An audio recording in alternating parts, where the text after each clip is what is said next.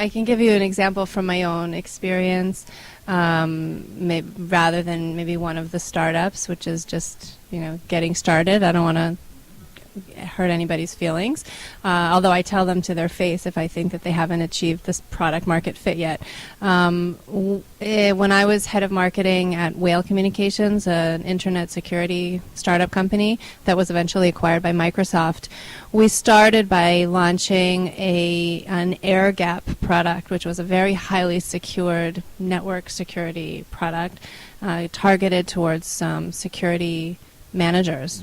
And we thought it was great. The founders really needed such a product. That's why they invented it. And they forgot that, having a customer base of one or two, in this case there were co-founders, isn't really enough. So, and when we were having trouble selling it or marketing it to the security market, we did basically in those days we didn't know what a pivot was, but we basically pivoted and narrowed our focus to providing just secure web-based access to email. And at that time, which was, it's about 15 years ago at this point, before smartphones, that was a really huge need among companies. Executives wanted to be able to access their email when they traveled, and the security managers wouldn't allow them to forward it to Yahoo Mail. And there was no Gmail at the time. So that was a crucial pivot that the company made in those early days. And that was, we immediately found our product market fit. And that was our foot in the door. And once we were selling that for one application, then we could expand out to all of the other applications that we were trying to provide earlier. But this also fits, by the way, with segmentation or limiting. People don't necessarily like to look at something that can solve all of your problems. They have one specific problem, and once you've solved that problem, and then you're best friends, then maybe you can start solving their other problems. So, and that's just one example. And I think a lot of startups go through that. My clients go through it a lot. And it makes sense that the startups in the accelerator as well.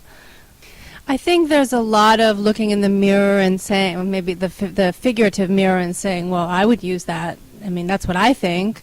And it's very hard to get into the head of somebody else, and that's why it's important to, as they say, get out of the building. That's, the lean mantra, get out of the building. Talk to people, talk to as many people as you can to really validate your product market fit. It's not enough to sit, you and your co-founder, and discuss it amongst yourselves. So yeah, there's, and I think some of it's just shyness. Somebody who's used to working in a lab, or theoretically, or building electronic circuits, isn't necessarily that comfortable with the concept of going out and talking to other people that are potential customers. And there's also a certain amount of risk involved, because they might say they don't want it, they don't need it.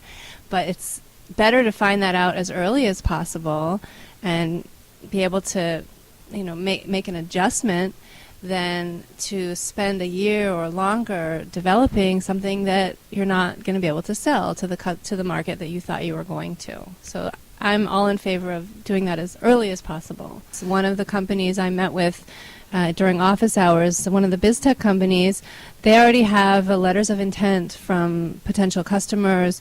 They have a couple of very large American companies that are basically just waiting for them to supply their solution. And now they just need to raise the money to be able to manufacture it. So I wish them a lot of luck tonight. But they are talking to potential customers, and they have the validation that those customers want it. And depending on your business model, getting customers may be enough. I mean, it is possible, depending, especially if it's a software product, let's say, to have customers and to really bootstrap your way and not have to deal with getting outside funding. But I think there are certain circumstances where it's impossible. If you want to scale and scale quickly, then you do need the funding. But it's very difficult to get funding without that validation from customers. look, a letter of intent is pretty darn good, if you ask me. But a paying customer, a handful of paying customers, 10, 20, 30 paying customers, much better. Then whoever is considering funding you feels like they're taking much less of a risk.